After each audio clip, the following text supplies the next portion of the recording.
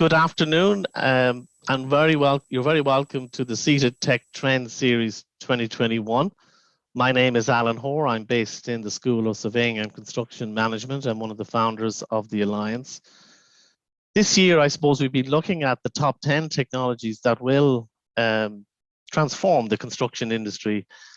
And we are very thankful to our sponsors, Arup and Ditech, Murphy, RIB Software, Celebri, Evercam, Linesight, and SIS. So during that, I suppose, the journey of 21, we looked at these technologies, cloud-based construction management, more of a cultural shift towards building information modeling, IoT sensor technology, drones, digital twins, e-commerce, robotics, AR, VR, and blockchain. And of course, all these technologies are in many verticals, sectors, not just construction. This has been a really thought-provoking series. And today, we're looking at blockchain in construction. So I might ask Delaney to go to our slide to introduce our three speakers. So can we go to our, yeah, thank you, Linnea. So our first speaker is Fiona Delaney. Sorry, go back to the second slide, please. Thank you. Fiona is CEO and co-founder of Origin Chain Networks. She'll be talking about, I suppose, emerging industry standards in blockchain and distributed ledger technology. Our second speaker is Rob Fox. Rob is, many of you know Rob. Rob is CEO of Site Passport. And Rob will be looking at what's blocking blockchain, I suppose, and the barriers of the adoption of blockchain and other advanced technologies in the built environment. We're also joined by Zulkefly Bakar from MCA Architects, who's going to give interesting an insight in developing blockchain use cases for the AEC sector.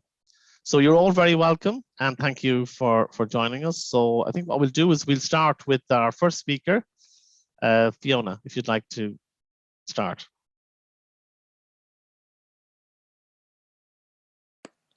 Good afternoon, Alan, and thank you very much. I'm very pleased to be here today. Fiona Delaney, I'm the CEO of an agri-tech company called Origin Chain Networks, and I'm also the chairperson of Blockchain Ireland Startups Group, and part of the R&D work that we do in our company touches very much on the development of emerging standards. So there's three different hats there that I'm going to describe to you how and why we in our company, which is Agritech, so different but related, I think, to the construction industry, and how we have used standards to bring forward our service, our value proposition, and what opportunities there are for industry players in standardization and utilizing those emerging standards for communication, new business process design, and many other aspects. So please feel free to ask a few questions in the chat. I will try and answer them along the way. I do prefer interactive kind of stuff, so feel free. Okay. So DLTs are distributed ledger technologies. Blockchain is one example of that. I'm not going to focus on cryptocurrency or virtual assets as a use case. I'm going to talk more about data engineering, data management, data governance as a value proposition for the application of blockchains across an IT system, and really digging into the concept of transparency as a valuable resource. So yeah. This is a really nice description of what those enterprise blockchains can offer. Increased value for business partners cooperating in a decentral network, which would be non-hierarchical, but mesh network type structure, and by providing data and process integrity, automation potential, and enabling the transparent transfer of values and rights. And that last part there, the transparent transfer of value and rights, is the important part, because I think so many sectors now and industry verticals are dealing with the consequences of big data. There's massive amounts of data available. But is the data in itself inherently valuable? Can it be mined?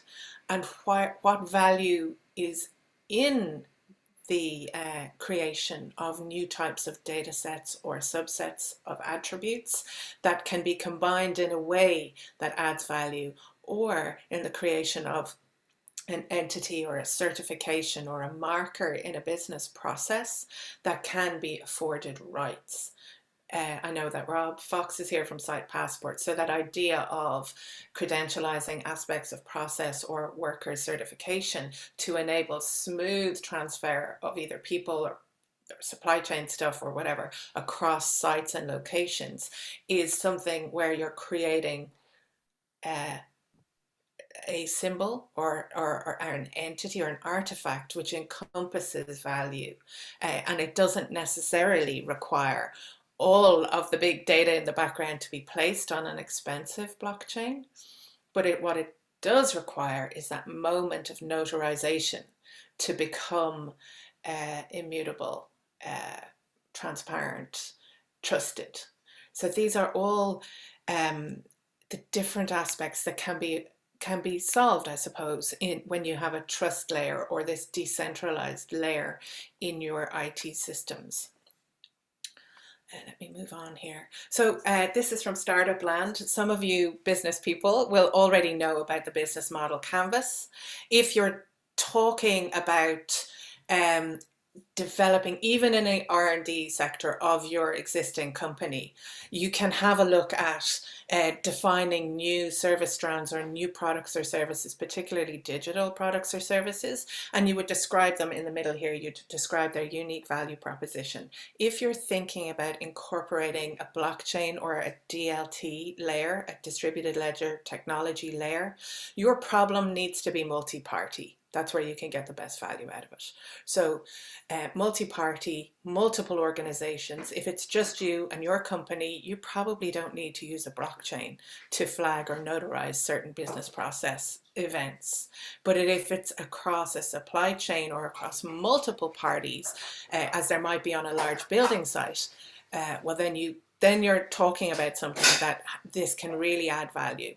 It needs to be, at this stage, in need of transformation. I know in a lot of farms and a lot of building sites, there's a lot of processes that are paper managed, handshakes. We all sort it out kind of at the end of the day, and that works, right? I'm not saying it always needs to change, but if you want to increase or include something about this transparency layer, or if you're incorporating human reporting alongside machine-to-machine reporting, this is a way of creating a meshed approach or an integrated approach to incorporating various different types of reporting. And on the right-hand side, this digs a bit more into what DLT systems are like. They can be permissioned, consortium-based systems where there's a governance layer. I'm not going to go into that too much today, but it's something that you would need to consider if you have a number of, let's say, construction organizations cooperating together. And then if you're devising a new product or service, you need to think about who your early adopters would be and what that community is like, or the depth of that market is like, as always, will indicate where the value is it as deep as you think it might be, and what the barriers to rolling out a new system or service is going to be. I'm just going to take this opportunity to have a look at the chat here. There's a few comments here, or they're all from Alan. Alan, if you need me to answer anything, will you just let me know? I think no problem. That's great. Thanks a million. I'll keep going here. Okay, so this is something that we devised in ISO, the International Standards Organization, and I'm the co-editor of the Blockchain and DLT Use Cases report, which is going to be published in the early part of 2021. We have 22 international use cases, which have all been described according to the same template, with rather in-depth view into stakeholder-related data. So we use the concept of stakeholders to be able to analyze where valuable information is traversing a system, what needs to be on-chain, what needs to be off-chain, and sometimes to do a risk assessment on how clear We are about our requirements, let's say in Europe, we have GDPR and various other data regulations around citizens' data that we need to comply with. And it can be a way of analysing quite quickly if there is a data-related threat vector involved in the plan of the system. So these are all freely available and really useful tools to start to think about how to identify and define new business processes where a blockchain layer might really add something. This is again from ISO technical specification around reference architecture. This, I'm a bit of a nerd, so I really like this sort of thing. This is an exploded view of a blockchain system from the first node on the network. So we have on the right-hand side, we've got the blockchain network, nodes A, B, C, D. This one, Node A is exploded to describe on the left-hand side, you could have interoperating blockchain systems.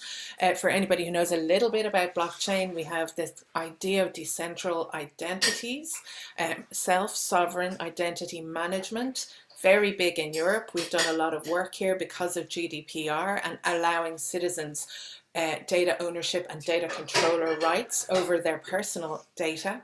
And increasingly what we see in startup land are a number of emerging propositions which will be an added layer in the realm of social media where citizens or internet users can own themselves and sell the eyes on their social data. So their social posts and their user data are completely closed off and owned by an intermediary. So it's kind of interesting to see how blockchain is actually being used to intermediate those really big relationships. Sorry, Fiona, we're just getting some background noise there where you are. Is there some... Eamon, do you mind stopping? My lovely husband is washing the dishes. Sorry. Right. Sorry, he's going to stop right now. Thank you.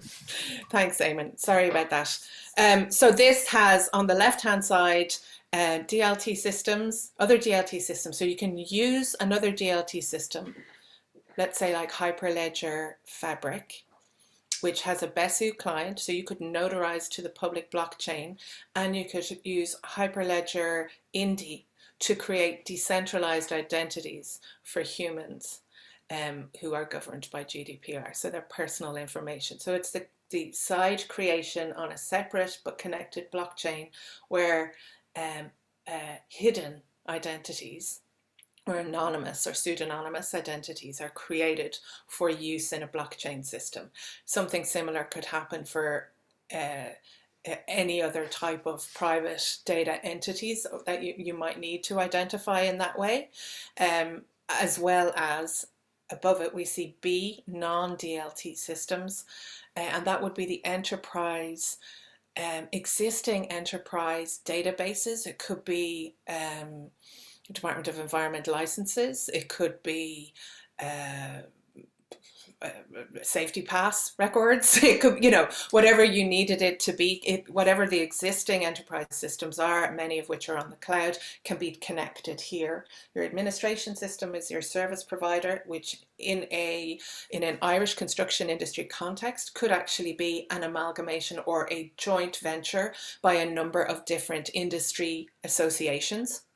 You could see that happening, might club together and create a transparency platform which enables multiple actors right across the supply chain in the construction industry or the operational domain in the construction industry. So the potential there to add and create value in the system and the sector is it's really wide open. And it's a novel approach, I would say, this disintermediated approach. We do have, I think the organization here is in a great position because anywhere where there are research organizations already involved, there's already this concept of cooperation across organizational boundaries to achieve common goals. And I think that's a really good place to start. I'm going to come back to that idea a little bit later when I'm talking about resources available at Europe around cooperation. But it's an interesting point about where we are in this emerging field, which is somewhat immature in terms of blockchain. This, I've left this in the slides. This is the ESSIF, verifiable credentials use case. And there are links there to downloadable resources for any of your technical departments if they want to tool around with this idea of trusted registries and this overview of service components for verifiable credentials. So that could be any type of certification which has value in your system. Could be deliveries, could be safe passes, could be licensing, it could be security thresholds on overnight securities. I mean, it absolutely can be anything that you want. You can start to imagine developing a module for, if, of course, there is value in the system.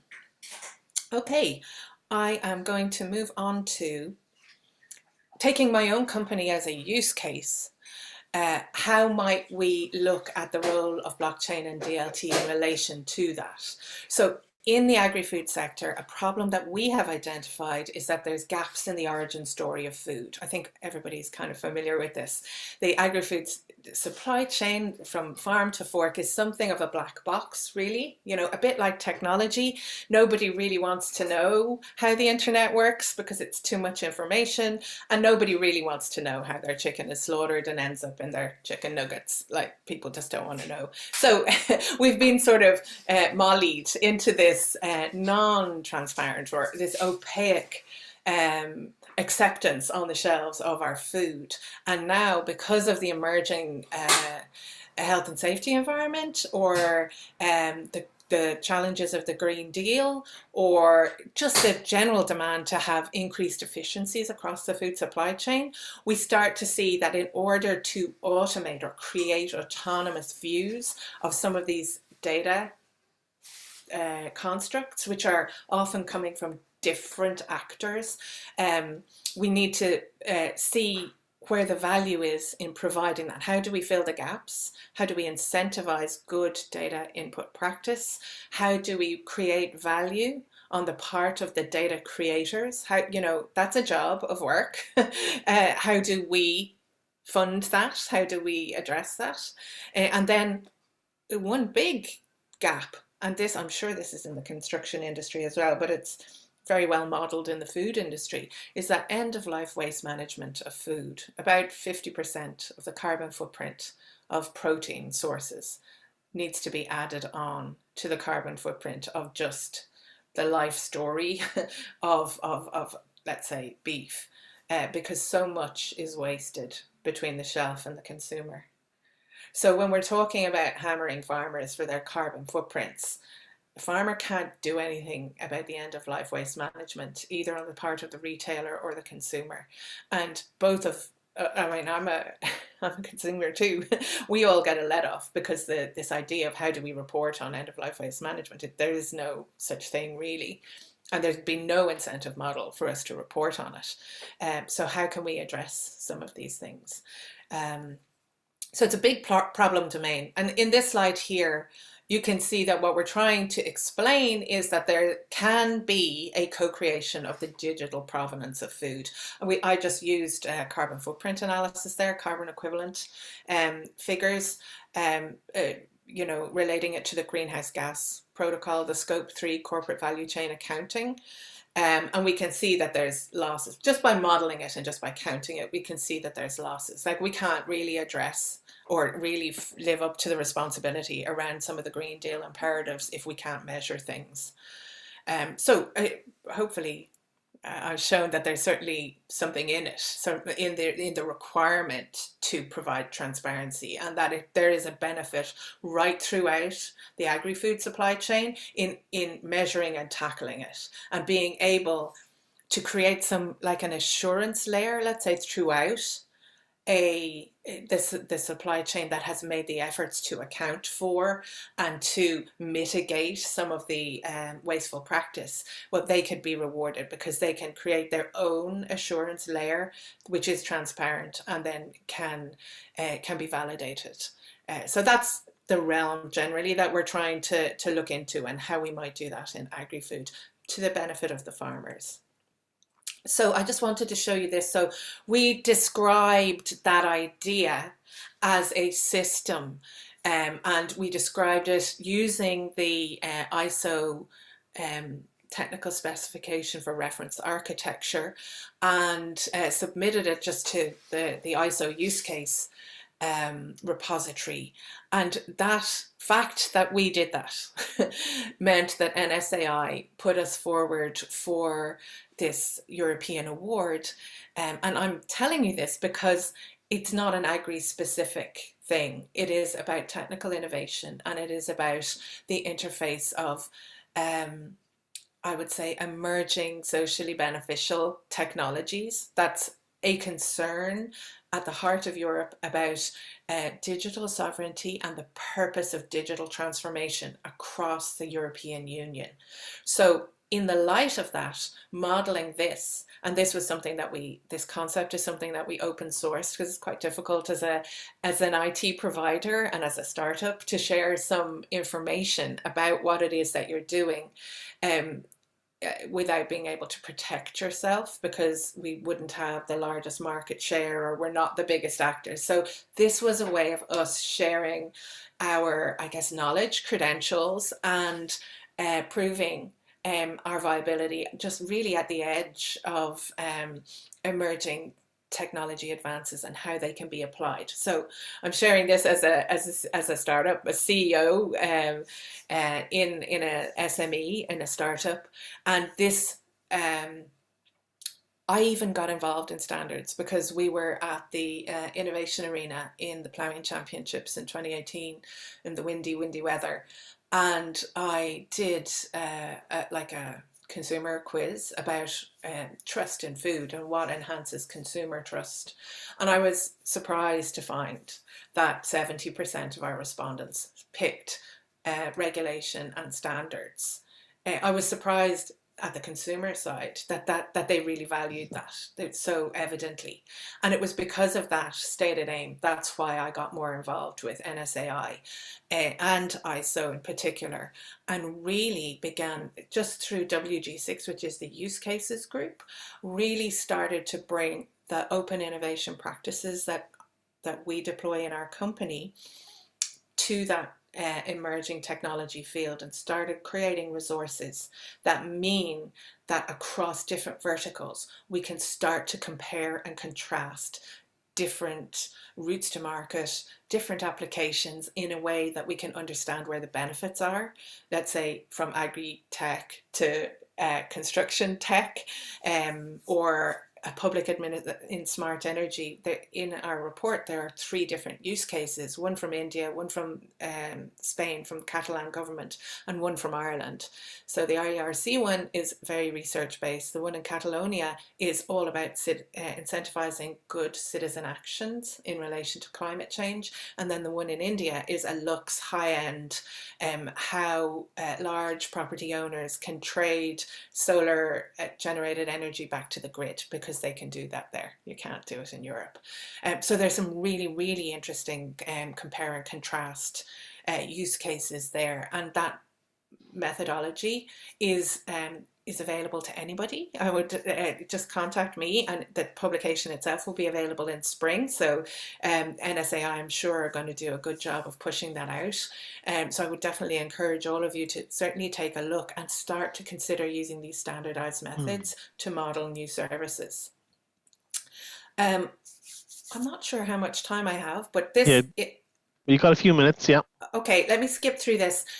This is a high-level view. This is something that I wrote, some research I did, it's original research I did from the agri-food sector, but for a publication by ISO, which is called Subject and Object Identifiers for Use in Blockchain Systems. So that is a repository, essentially, or a registry of existing industry standards, which are useful for blockchain developers to know about when they are developing new schemes and new proposals. Because for any of you who have dabbled with or created a proof of concept, essentially what you end up doing is hiring in and sort of outsourcing a blockchain developer and They do what they know how to do, and they name things in their system because essentially they're like a poet. They get to name the world in their system, and they don't necessarily know very much about the sectoral context. So this was a gap, let's say, globally, for just trying to bring closer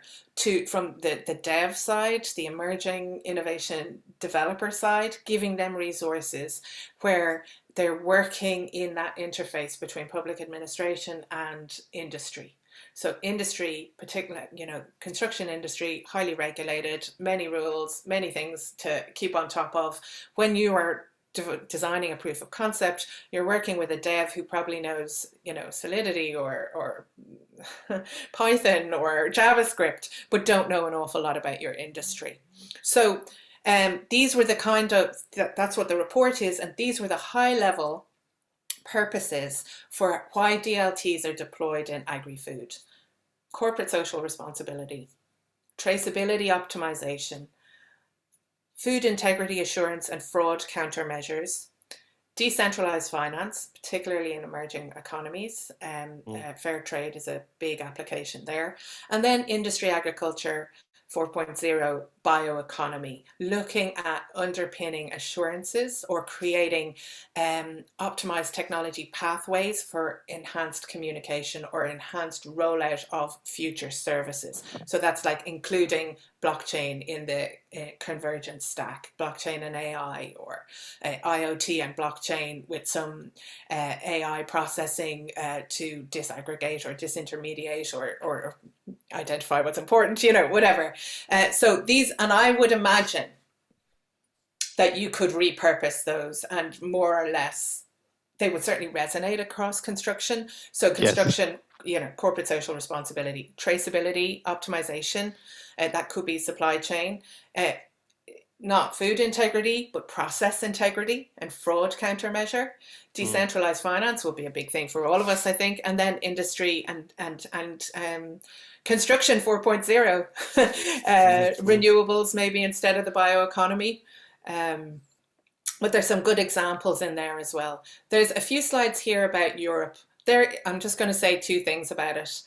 At Europe, there's a thing called the European Blockchain Partnership, where all member states have agreed to it, and they're rolling out blockchain services right across the European Union area through a thing called the European Blockchain Services Infrastructure.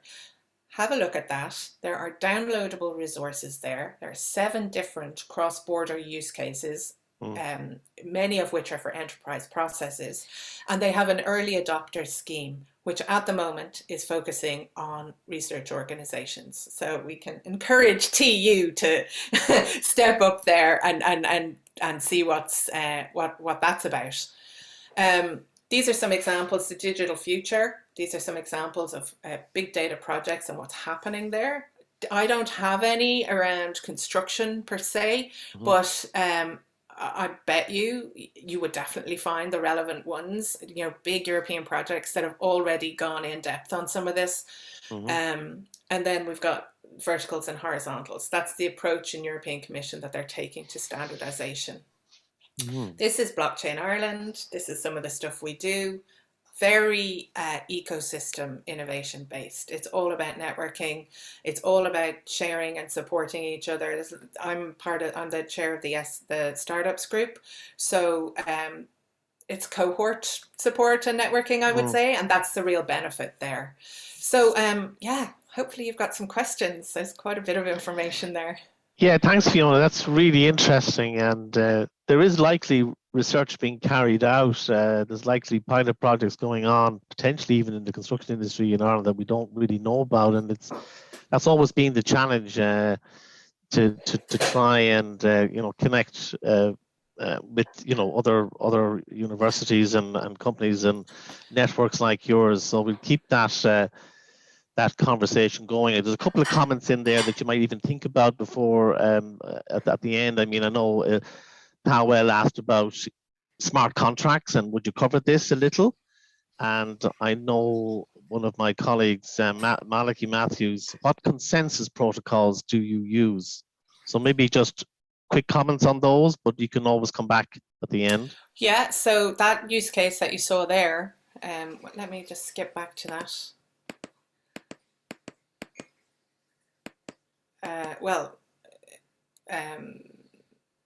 There, this one here. So this EBSI node, at the time that was written, EBSI were promoting the use of Hyperledger Fabric, which is a private and permissioned blockchain, which also had a Besu client. So the Besu client writes to the Ethereum public network, and so that would be, so you would put like the crown jewels onto the Ethereum public network that need to be notarized and publicly visible, and that would use proof of work. But that was only one small part of what we were doing with the system, and the rest of it was private and permissioned. And we set it up as a very, very low low difficulty proof of work. But we could have done proof of stake, or we could have done something else, because you have those choices in private and permissioned blockchains. Yeah. I mean, the word I keep seeing here before we move on is the word trust, you know. Yeah. Like at the end of the day, when we're building with a commercial or residential buildings, there really needs to be that trust that the building is built to the quality and the safety that's required for end users and occupiers.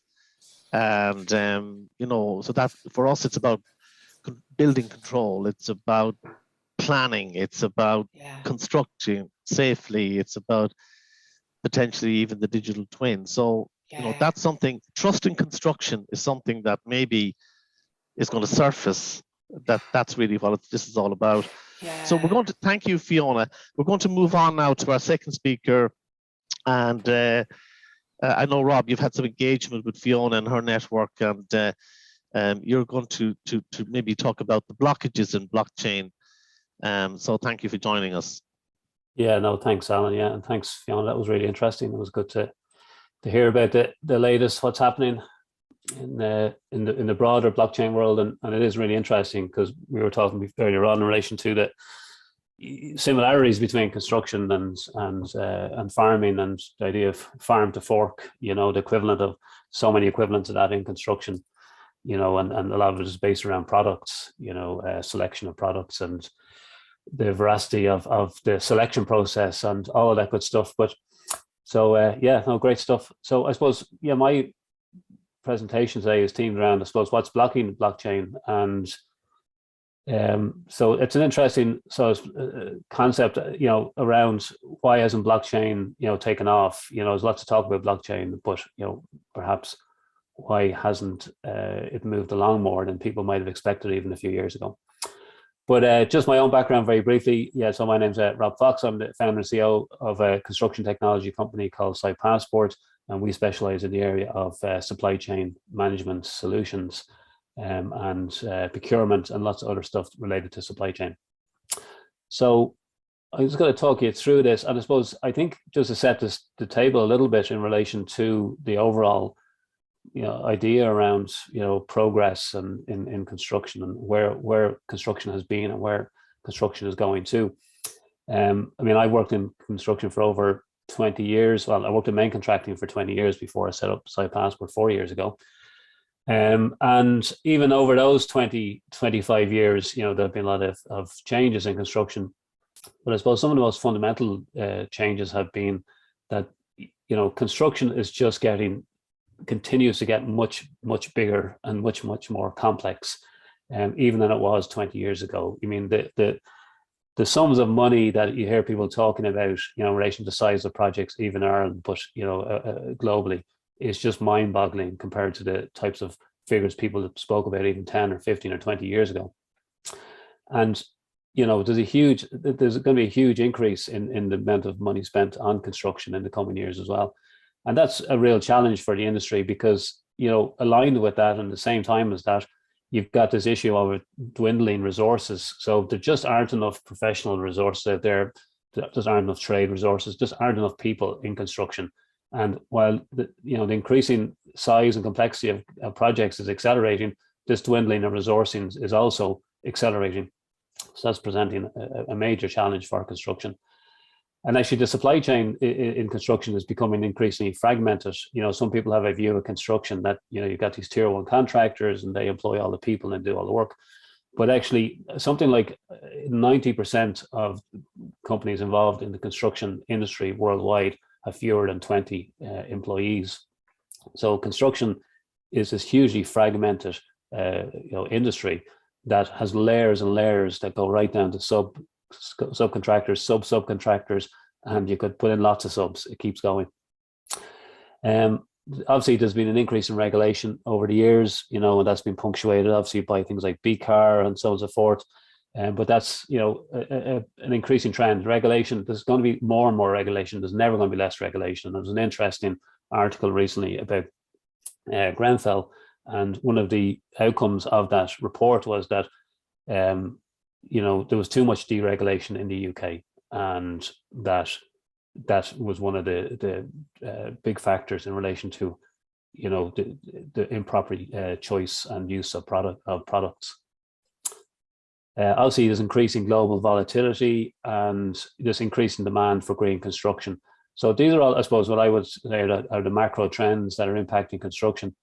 But just to give you a scale of construction, like the value of construction worldwide at the moment is $12 trillion, which is an enormous figure.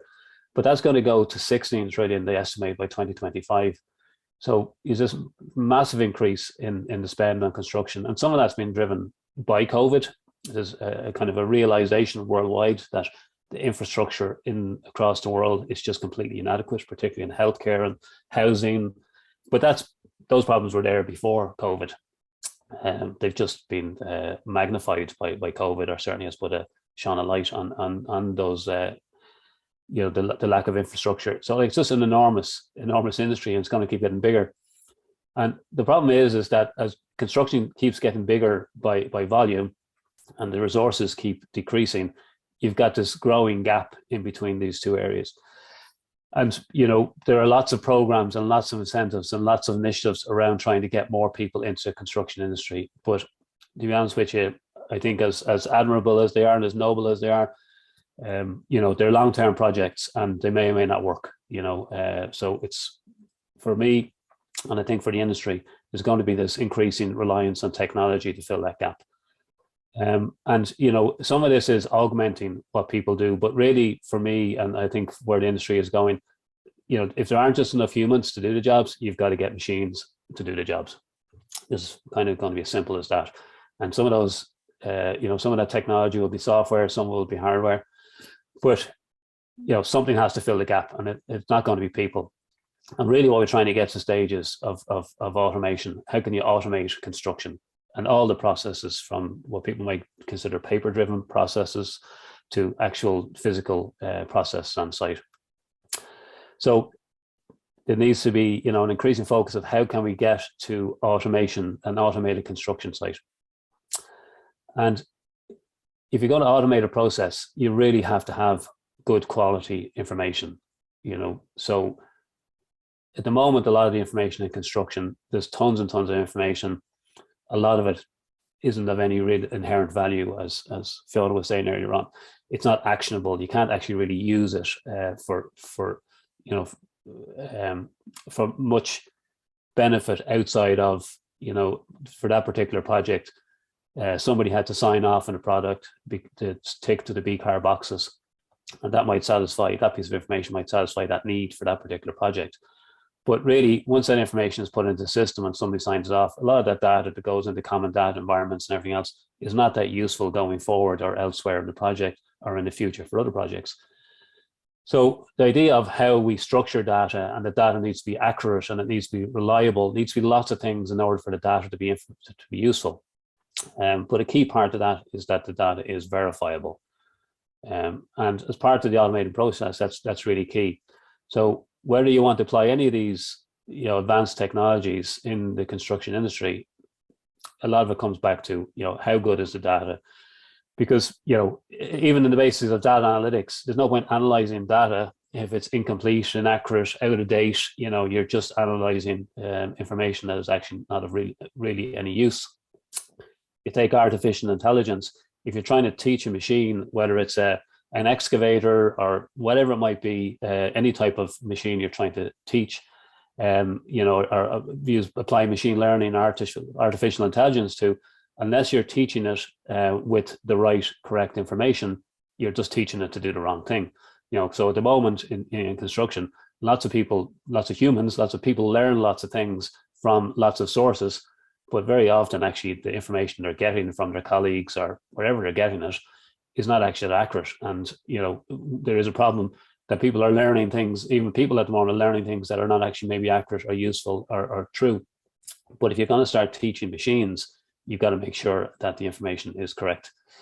And that goes down to, even the Internet of Things and robotics. If machines, which will be the future of this world of automation, or have to talk to each other, whether it's software or hardware, whatever is talking to each other, the information that they're sharing and that they're taking action based on that information, that data they're sharing with each other, that all has to be correct and has to be accurate and has to be reliable and verifiable. Because if it's not, you've just got mayhem potentially on site. So that brings us, I suppose, to blockchain. And blockchain, and Fiona touched on it earlier on, is an enabling technology, in that all of this enormous amount of data needs to be shared by a huge amount of actors, as Fiona calls them, or operators within the construction industry.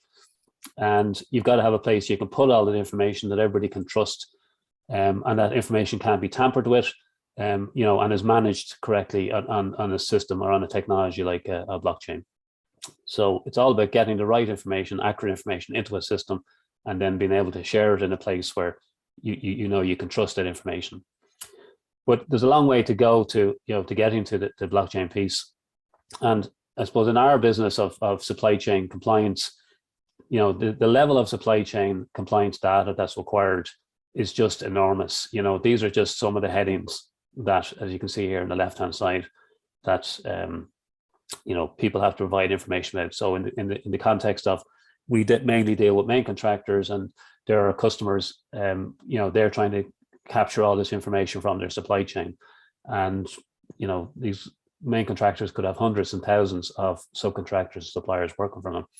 Trying to capture this information is a really difficult task. And part of that challenge is that information comes from a huge amount of different sources. But ultimately that information comes from an original source.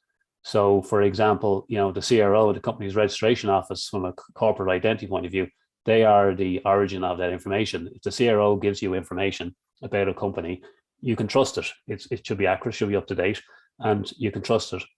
If you're getting information from the revenue, you can generally, trust that information.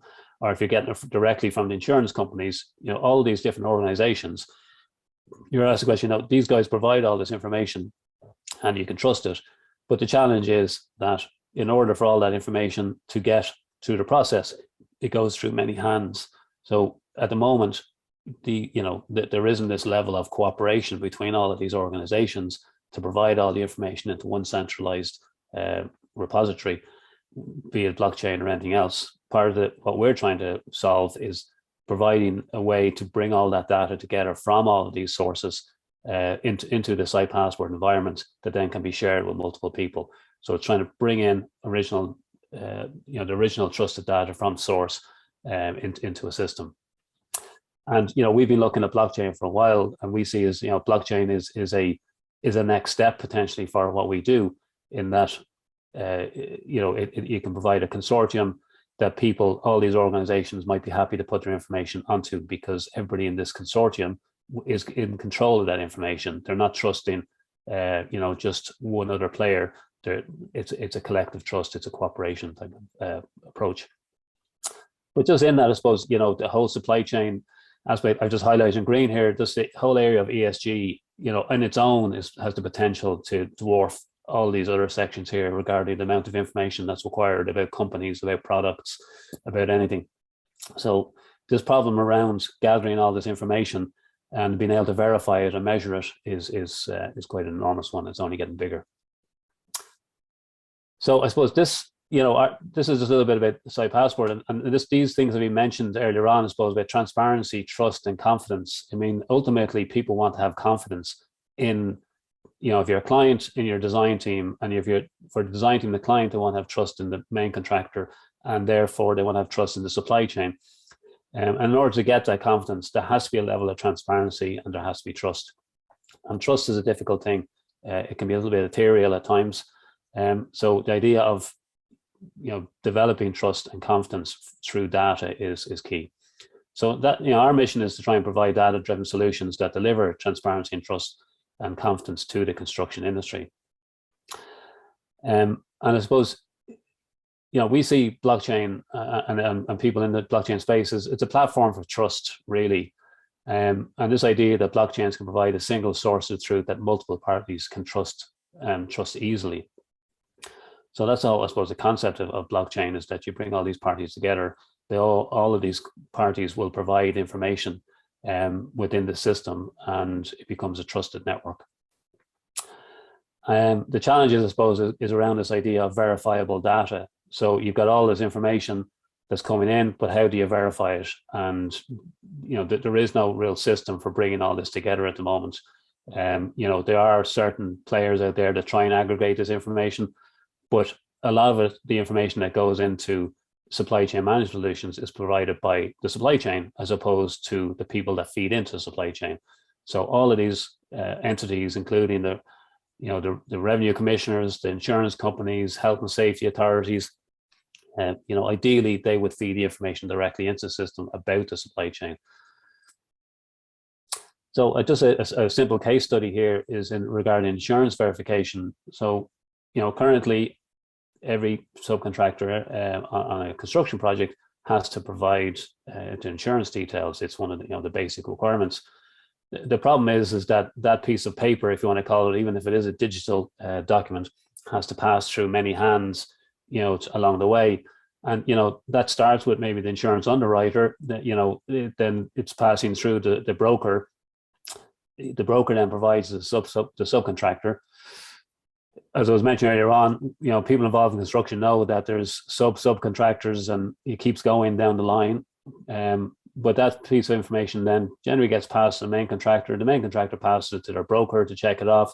Very often the consultants and the clients will want to see that information to give them confidence that the overall project is fully insured, and also the funders might want to see it. So a whole lot of people looking for this one piece of information, and it passes through these hands. And not only is that a slow and cumbersome process, it's just not a very reliable process, because by error or omission or otherwise, this information that starts here might look differently when it gets to here. So in software world and technology world, there's expression some of you guys might be familiar with around minimal viable product, so an MVP. So we kind of look at blockchain as like, what's a minimal viable blockchain? What's a minimal viable product in the world of blockchain? And the way we look at it, I suppose, again, Fiona talked about earlier on, is creating a consortium. And people love to talk about consortiums that will spread all over the world and include governments and, NGOs and all these sort of things. But, that's really, really tricky to bring all those people together. So we look and say, well, what's the smallest consortium you could bring together? And in the context of insurances, you could break that down to, 3 people who get involved in a consortium and will operate through a blockchain. So one of them will be what we call the credential originator, which is the insurance company. The other one is the credential owner in case of insurance, which is the subcontractor. The subcontractor actually owns that piece of paper. It's their insurance policy. They've paid for it, but they want to share it with other people, obviously. And the credential inspector, which will be the main contractor. So even if you just take these 3 players out of the overall construction world, you could develop a blockchain solution if you could bring those companies together. And we've had some discussions with all of those players about doing this, but again, it takes a lot of cooperation. And when people are extremely busy, and very often construction fighting fires, sometimes it's hard for people to get the time to think and put in place these type of structures that'll help them. But essentially, very simply, the way that would work is that the insurance company would commit the original credential to the blockchain. It would be made available on the blockchain. And again, there's lots of reasons why insurance companies like this idea, because they have lots of information about their clients that they might not want to share with other companies, but they're essentially able to put the basic level of information onto blockchain, onto the shared network, and then they keep all the other sensitive information within their own system. And there's a kind of I suppose, a firewall between the 2 systems. The subcontractor then now is aware that the insurance company has provided this information, that the insurance company has provided their insurance certificate on the blockchain. But at the end of the day, it is their information, so they can choose what, and companies aren't governed by GDPR, but the principles are the same around self-sovereign identity and all that good stuff. And the idea is this is a piece of information that belongs to the subcontractor. This insurance company can't give that directly to somebody else. They can only give it to the subcontractor, but the subcontractor can decide to reveal it on the blockchain, and they might decide, I'm just going to make this available to everybody who's on the blockchain. I don't care. It's only an insurance policy. It just makes it simpler for them. Or they might decide to reveal it to particular main contractors. But if they reveal it to the main contractor, can inspect the credential on the blockchain, and it's just there. But the advantage for it is that the main contractor doesn't need to question the validity of the insurance certificate. They know that essentially they're looking through the blockchain and seeing what the insurance company has provided. There's no doubt that through error or omission or otherwise, that information has somehow become tampered with or changed, that might affect the validity of their insurance certificate. So the idea, I suppose, obviously of the blockchain is that the information is being put on by trusted sources, and then trusted people within the network have access to the information. And I suppose, it's great to talk about, and there has to be a starting point to talk about, how do you enable automations? Because the idea of all of this process is trying to automate compliance and trust globally, as in the two sense of the word, like globally as across all of these players, but also across the world, because supply chains do travel all over the world. And the challenge is, you can bring insurance brokers together, insurance companies together, main contractors together, and subcontractors together, and you can do the MVP. But really, if you want to automate compliance, you have to bring all of these players together over time. Because ultimately, if you're a main contractor employing a subcontractor, you want to be able to see, ideally you'd see just a green tick. And that green tick just tells you that all the information that you needed to have provided or you needed about a subcontractor has been provided. It's all been verified. I don't need to go in physically and look at an insurance certificate because the technology is telling me it's there, it's correct, it's been verified. And if something goes wrong, it'll tell me. But I just want to know that all these guys are covered, and I want to know that all the information is coming from the original trusted sources. And really what we're trying to do is, over time, the way blockchain will evolve, if you can get all the correct, complete, trusted, verifiable data, captured and some of it brought into a blockchain, if you plug those two things in together, you now have this decentralized, trusted network that manages all that information. And then you can start to apply things like smart contracts. I know somebody else spoke about it before, but if it's how do the smart contracts operate? The smart contract might say, if for this particular company, if information pieces 1, 2, 5, 9, 12, 13, 15, and 20 are in place, this company is now considered to be approved, and they can now be issued an order to carry out this work. Nobody needs to check anything. It's just, the blockchain is saying, yes, that information is there. The smart contract says, if those pieces of information are available, now issue the subcontract to the subcontractor. And I know I'm simplifying that a bit, but that is kind of the logic behind it. We were talking earlier on before we came on online around the whole idea of cameras and image technology, and and that feeds into potentially the payment system within construction. So if cameras can tell that 4,000 square meters of concrete have been laid, and that's fed back into the database and fed back into the system here, into the blockchain, the smart contract can say, well, the camera has said 4,000 cubic meters of concrete have been laid, therefore pay the concrete subcontractor 4,000 times X the rate, whatever it is. So you're trying to automate these processes. And as Alan touched on earlier on, a lot of the reason for trying to use these technologies is to get the confidence and trust that buildings are built correctly and everything else, which is really, really important. But a big part for me in relation to this whole idea of advanced technologies and automation is there just aren't enough people to do the jobs, and we need to start automating as many of these jobs as possible. to allow the humans to do the bit that humans are best at doing, and checking thousands and thousands of lines of information and pieces of paper, and does something have a DOP or a CE certificate and all that. I mean, humans generally just aren't good at that. It's too much data to process. But when humans are busy as they are in construction, and people are busy as they are in construction, and they get very little time to look at this information, there is a question mark over, how good is the due diligence in relation to the approval of subcontractors, the approval of products, the approval of anything on site. So, that's for me is where the technologies come in, is trying to automate as much of the process that humans don't need to do, or the technology is better at doing, to free the people up to do the bit they need to do. So just to finish up very quickly there, just in relation to the blockchain research and development, I mean, we have carried out, as Inside Password, over the last few years, 2 projects. The last one was at least 2 years ago, but I'll just talk about them briefly. We did a technical feasibility study with TUD, as it was back in the day, DIT, and it was funded by Enterprise Ireland. And, it was a really interesting one, because we were going in actually as construction people into very advanced, into people with very advanced degrees and very advanced technologies, and saying, we think we can apply blockchain to this particular problem in construction, the verification of information in construction.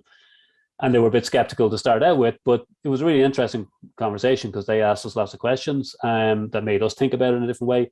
But ultimately, the technical feasibility study demonstrated that, yes, blockchain technology, is a very applicable solution to construction problems, but there are many other steps that have to come into play before you can apply blockchain. And again, that is the whole piece around how you capture data. For us, it's all about capturing the data and then seeing, is it suitable to put it onto a blockchain.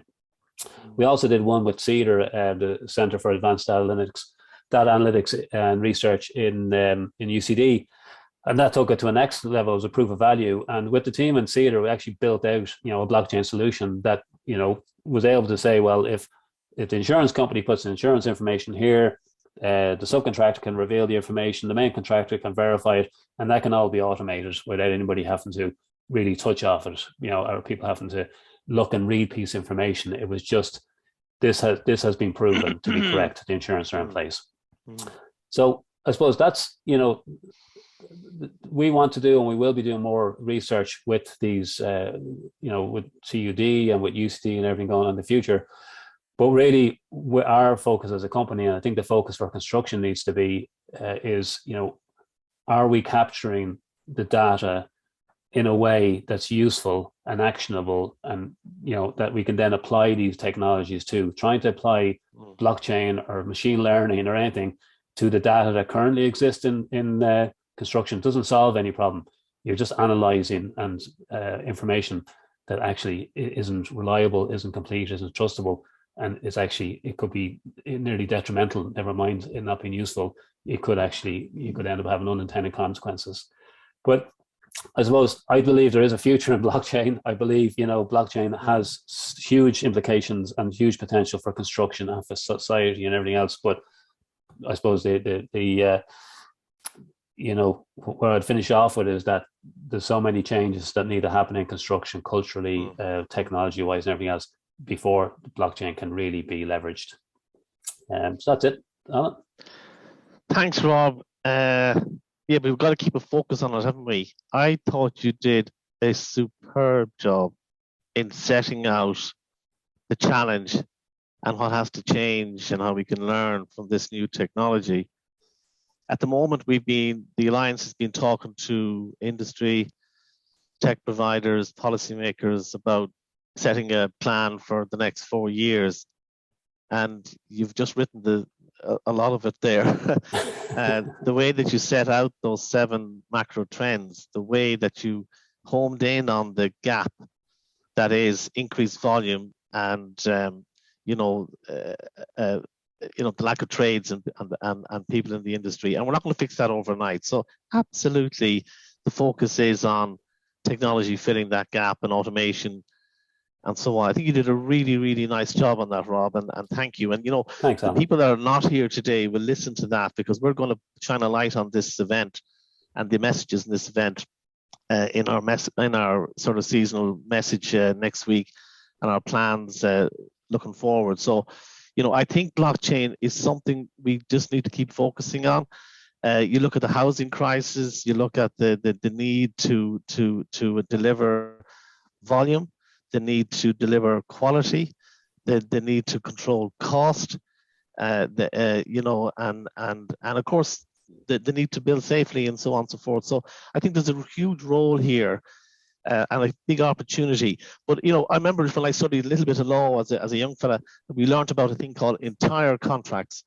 Now, entire contract basically means you do X, you get paid for it.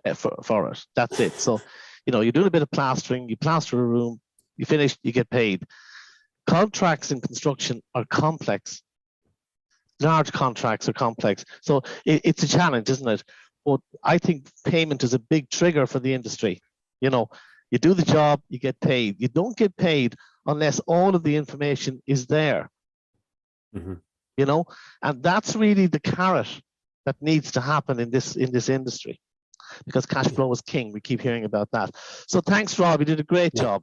Yeah, no, thanks, Alan. Let's keep a focus on this in 22. Yes. Yeah, no, absolutely. No, thanks. And remind me of something there just when you're talking about the cash flow and the contracts and all that. And it's really interesting because in the UK, the legislation is really, really tight in relation to payments.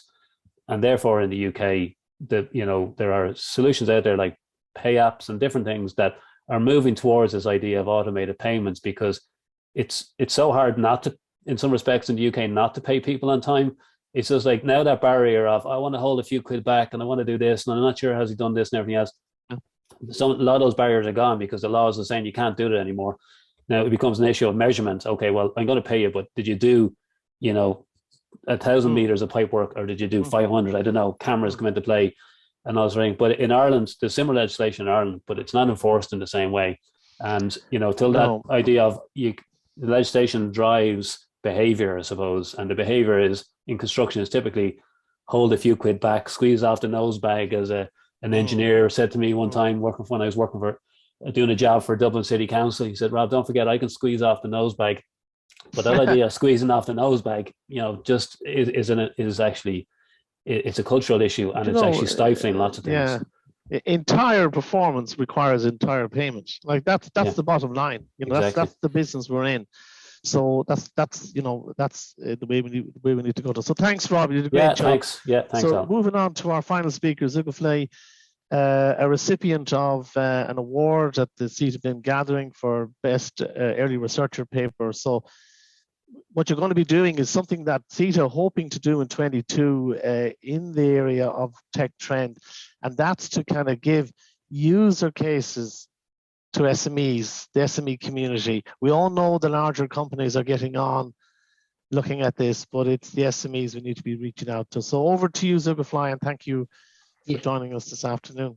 Thank you, Dr. Alan. Thank you again for inviting me for this opportunity. So let me introduce myself. I'm Zulkefly. I'm currently taking a role as BIM coordinator at MCA Architects, and also actually a student a week away from finishing my study in machine learning and AI at College of Ireland. So probably many of you wondering why I'm here speaking about the blockchain. And what my role as the designer and BIM coordinator has to do with the technology. So I assume that my recent work published paper for the CitA BIM gathering has brought me here. So this could be an evidence that the industry need a cultural shift and recognize blockchain as disruptive technology that could potentially change how our industry is working. So for today, I will be sharing my background experience behind the scene, more in developing a blockchain use cases and how we can get involved and started creating decentralized application.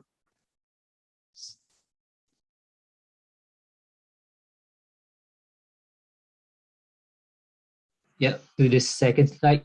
So a little background history about my involvement and how I developed my interest and understanding in the open technology such as the blockchain. I believe, like many of us, we often come across the question like, what is blockchain? Is it real? and what coin to buy and how to trade a Bitcoin. And the most and greatest hype is what is the NFT. We typically drive to see a value in crypto rather than the underlying technology itself. So because the mechanism is actually complex and difficult for like normal people to understand, and it's often surrounded by the hype and noises. So as for me, I'm actually a self-learner. So I go around the internet, and then I'm not a blockchain expert by any means. Perhaps with too much time in hands in late 2017, I discovered this technology during my career break. I assume like many, Bitcoin brings everyone on the table. I first started with mining the Bitcoin, trying to learn how the ecosystem work. And then where I discovered the decentralized autonomous organization where all the developers work behind the scene and share all the information. From there, where I learned how to see the opportunity in 2019, and then developing the blockchain related topic for my BIM master study at the TU Dublin. I'm currently working on another research project for my AI and machine learning project, which is due next week actually. And perhaps in moving forward to 2022, I'm looking to build more, especially with the use cases in the AEC industry. So hence I choose this topic for today. I would like to actually promote to build culture within our industry, call to arms for building and contributing to blockchain ecosystem, either transaction or creating a decentralized application, particularly for the AEC industry. So before I move dive into a more detailed topic, so a big disclaimer. So all the opinions is my own, not related to my employer, and I'm not giving anyone any investment advice either. So yeah, so the 4 learning points that I will cover today is a overview of the AEC industry key issues, and then second one, the key attributes of a blockchain and considerations that we need to look before creating a use case, and probably an example, couple of example of use cases or case study. So as we know, like this probably AEC industry classical key issues and challenges. I should highlight that the key that the industry has been building by human-centric process more than the machine logic to manage and the highly complex ecosystem. Every project involves many actors with scattered accountability complicates and the coordination. It no different with the BIM process as well. It work the same way as the traditional fashion. Risks are often passed on the other of the value chain. The fragmented process has also slowed down innovation in the industry as a whole. Need a cultural shift and how we value the built environment.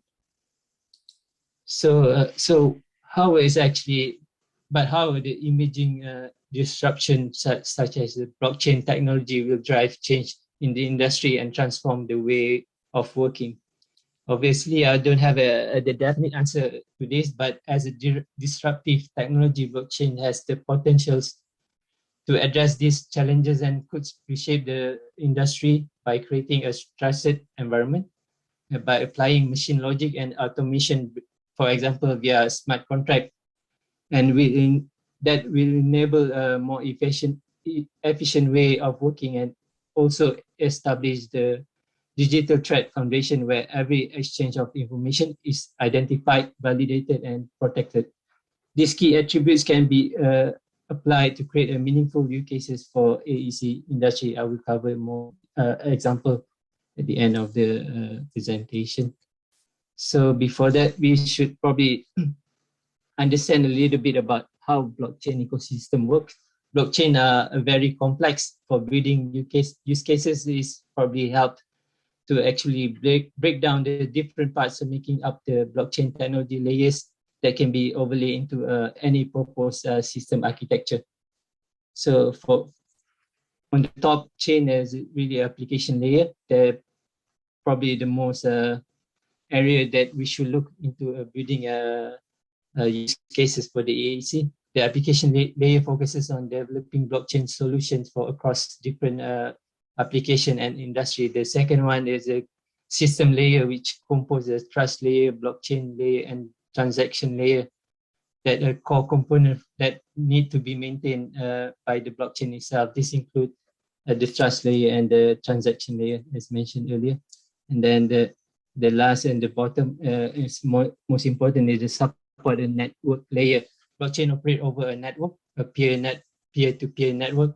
Peers shared information about the state of the network, privacy, security, including this layer as well. It's also worth mentioning that private blockchains, such as a Hyperledger, which are most used by enterprise application, are actually quite energy efficient if compared with the public blockchains such as Bitcoin or Ethereum. This mainly due to the difference in the way of the protocols is designed. So that's an overview about the blockchain and the layer. And then once the key issues, the AAC key issues and the attributes of blockchain is understood, we can now consider a set of steps and requirements that may guide us to build the blockchain use cases and steer from the hype cycle, hopefully. This flowchart may act as a checklist as well as the outline key guideline considering covering security. We need to consider that which is our IT system fundamentally secure at all endpoints before we can create use cases, and see what's transaction volume required from our participant across our system. And then do our system require trust to operate? And then the next one, the type of utility. Some use cases might not need a public blockchain due to data privacy, for example, and then maybe the permission blockchain might be the better option in that instance. And then we need to see if our system require intermediaries to operate. And the last thing, probably we need to consider dependency system with the others businesses or individuals. So I'll give you some examples. So I'm not going to go into more technical detail. I'll just give an overview, some of the applicable use cases, example for the AEC industry. So I'll be highlighting the key ideas and how blockchain application can help in some areas and transform the way we're working. For this example, I use a data management example where the author used a smart contract application for version control, conflict resolution, and permission automation. They will ensure a quality of data across, for example, being processed to record actions and on the distributed system. And this will remove anomalies and the data redundancy in the process. So my findings on this use case that the smart contracts record agreement relationship between parties and promotes a foundation, a more transparent, secure, and better data exchange model through automation. The asymmetry keys which the private and public keys allow appropriate access to verify data and give maximum control transparency over the data shared in the process. And a single source of truth among participants can be achieved when the trust is distributed. Data transacted within the environment will also validated, recorded, and registered in distributed ledger. So that's the key findings for the next use cases. In the previous use case, we've seen how BIM and blockchain integration can address collaboration and data redundancy issues during the design stage. This function can be further extended into construction and operation, and by integrating IoT, for example, technology AI and machine learning for carbon tracking. As we know, construction industry is the largest contributor to the carbon emission. This need to be to keep track of carbon emission and to record it accurate for the accurate measurement. This, for example, use a IoT-based blockchain system to collect and track reliable and trusted data accurately and repeatedly. Collect more data and from different sources for the AI and machine learning to transform into a real insight. So my findings on this particular use case is to reduce the carbon footprint. Stakeholder must be able to provide a transparency and accountability. Then the next carbon emission report across the blockchain network will create an accurate, reliable carbon measurement. It also provides immutable and tempered proof for audit trail between different sources. This will guarantee privacy, security, and traceability. The importance of collaboration, the importance of carbon tracking really with the collaboration, we need to work together to achieve the net zero targets. So the last, probably the final use case I want to present today is a digital real estate. This platform is this use case, for example, is the distributed platform for shared digital assets. It's using blockchain protocol to manage digital information, similar to the digital twin concept, that the digital asset, either building, land, or representative of physical asset, is non-fungible, transferable, and stored in a smart contract. Asset in digital world can be minted in the NFT token and unit and can be acquired by spending a token. So this will give allow assets owner control that what content is published to their portion of parcel, which can be identified by set of coordinate system. This could be potentially applicable for the mapping system. And then the metaverse environment with the NFT for create experience and monetize assets without the middleman. So this platform also allow transaction layer financial incentive for assets transaction will bootstrap or utility value of the network. This also only costs a fraction of cost if compared to the third party. So a short summary, I think, for this presentation. I think it is important to ask ourselves what use case need to functions before deciding on blockchain as a proper solution. I think that's concluded my presentation for today. Thanks. Thank you, Zulkefly. That was excellent. And I think if I remember back, one of the reasons why you were successful in that award was your ability to explain complex technology succinctly to the panel, and also to give real-world examples of its application in construction. So again, congratulations on that, and it was a very enjoyable read and a very worthy example. Thank you. Yeah, I think the most important part is to get hands on the technology itself to understand how it works before you can create your use case. By understanding the concept itself doesn't get you further. Yeah, I mean, we're all used to these acronyms in construction. So just explain what an NF token or NFT is. Like I had to Google token. it. Yeah, it's a non-fungible token. It's the protocol. Is actually all the tokens is a unit of measurement in the blockchain. So for the NFT, they use a specific protocol that you can replicate the token. So it becomes non-fungible. Is this about using blockchain to provide public proof of ownership? Yeah, which can be replicated or yeah. Okay. So if I could have all the three speakers back, I'm going to try and finish up in about 5 minutes because I have another meeting at 2 and I want to get a cup of tea, cup of coffee, whatever. So just getting a bit of feedback there on my mic. So listen, that was fantastic. I mean, I've learned so much, and I think it's also a tantamount to the quality that we have quality people here listening to you, but they stayed. Nobody left, which is great. So I have a couple of comments there, and then I might open it up. I know Malachy, you've worked. I don't know if Malachy wants to join us live on the mic, but I know Malachy, you've worked with Zulkefly.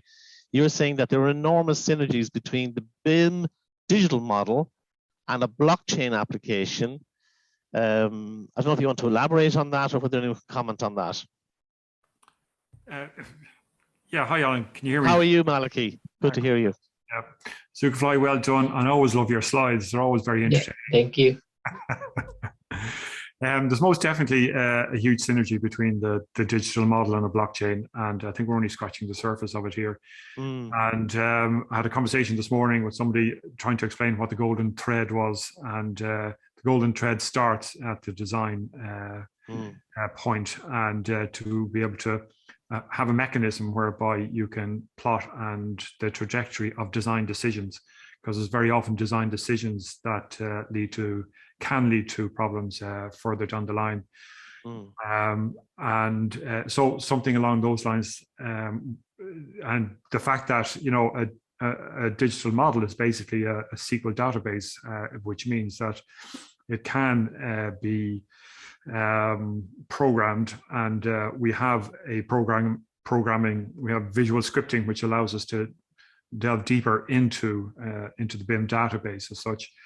And then, so there is this connection, being able to connect those design decisions and have them have those transactions recorded within a blockchain.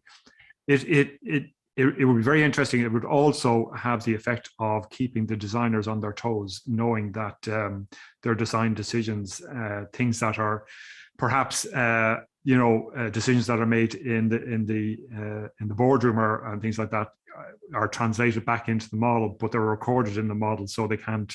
Those design decisions are de facto at that point. It would have the effect of making people think twice about how they go about designing buildings as well.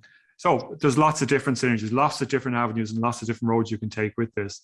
But that's just a couple of examples of perhaps what could happen there too. And is anyone aware of any particular initiatives in, say, Ireland, amongst the research community or industry that is looking particular? I know, Rob, you have a case study, you have your own company, and you've worked with CitA and you've worked with TU Dublin, but is there any particular initiatives going on, say, in Blockchain Ireland around built environment, engineering, construction? There's a Fiona? couple. Can I jump in on that? Thanks. So there are Malachy. a couple. Yeah. So the property management, green buildings space. There's an as yet unnamed startup in the startups group looking at that from a property management point of view and creating an immutable record sort of for perpetuity, or at least in tandem with the history of buildings around energy management and that kind of thing, creating a verifiable history or timeline. So there are emerging use cases there. That one in particular is coming from the property management perspective, and just as Rob really clearly described, around the need for automation, around some of the data management requirements, not just the process management, but the data management, because there's so much information available. And if we are talking about IoT sensors or system logs or something like that as input into a system, we're going to need AI to process that. It's just far too much information to be human manageable, essentially. So yeah, there's really interesting layers. And Malachy, what you were talking about there, so there is something so interesting in the design process about recording those moments of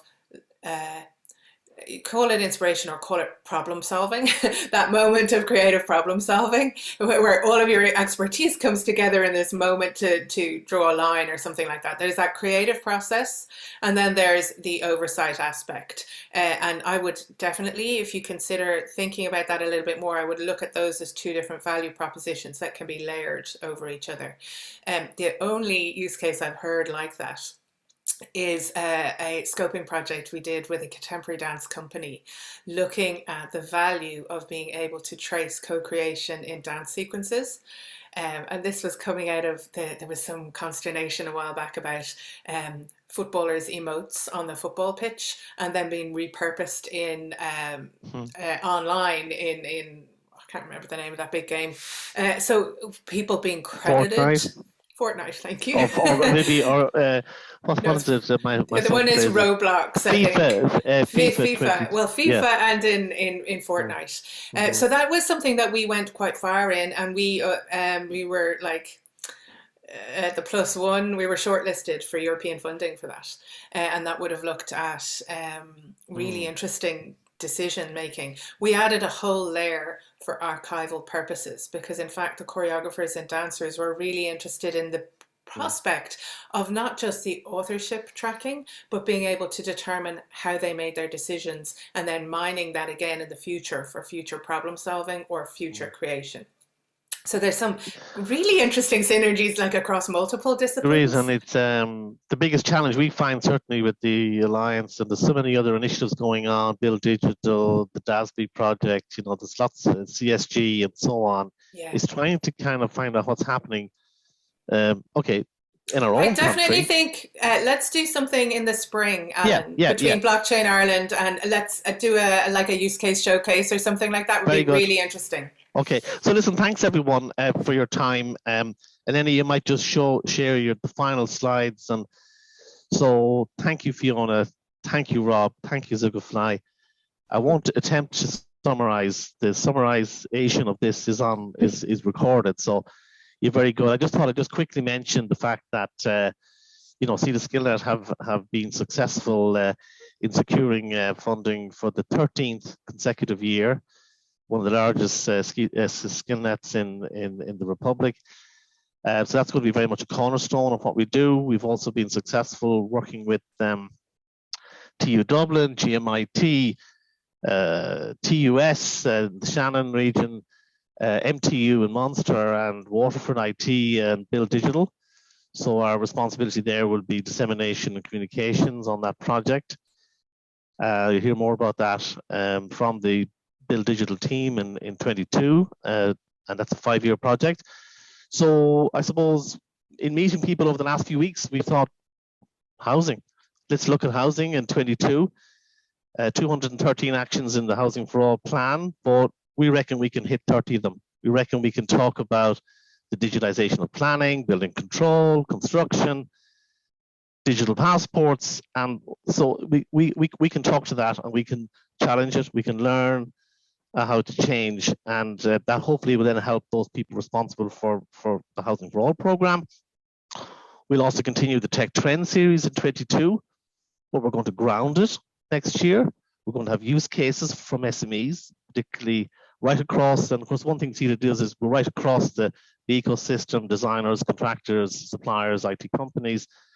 So we're going to hear more about case studies and particularly how people have adapted in COVID to these. So lots of really cool technologies that helps them out. We're going to continue with the regional series. As you know, we have 7 regions, so we're going to do a spring and an autumn series, and we're very much connected to all of the HEIs on the island, not just in Republic, but also Northern Ireland. So, and then we're going to look at Tech Trend, or CitA Tech Live in May. And we're going to come back to blockchain. That'll be one of the themes we'll have for it. We're going to look at, see if we can bring back, maybe limit the audience size, maybe start to have some on-site events, and maybe then we'll have maybe some hybrid events where we'll also record them. So that's our plan, and we'll be announcing it next week. So just to thank you guys for joining us today, all these wonderful sponsors that we've had, and we hope they'll join us again next year. I see 1 or 2 of them are online. I hope you were pleased with it. and just to wish you and your families a very healthy and happy Christmas, and have a good break. So thanks, everyone. Thanks, Really everyone. do appreciate your time. Take care. Thank you. Thanks, Rob. Thanks, Fiona. Bye. Thanks, Zulkefly.